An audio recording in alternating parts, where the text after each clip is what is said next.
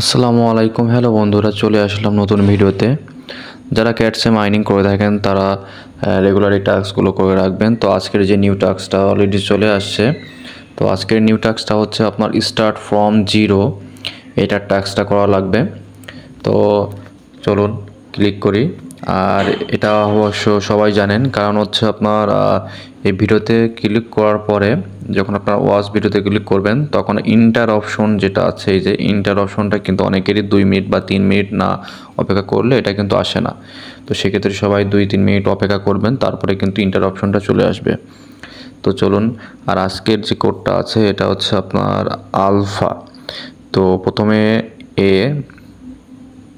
তারপর এল, এরপর পি, এরপর এইচ, এরপর এ।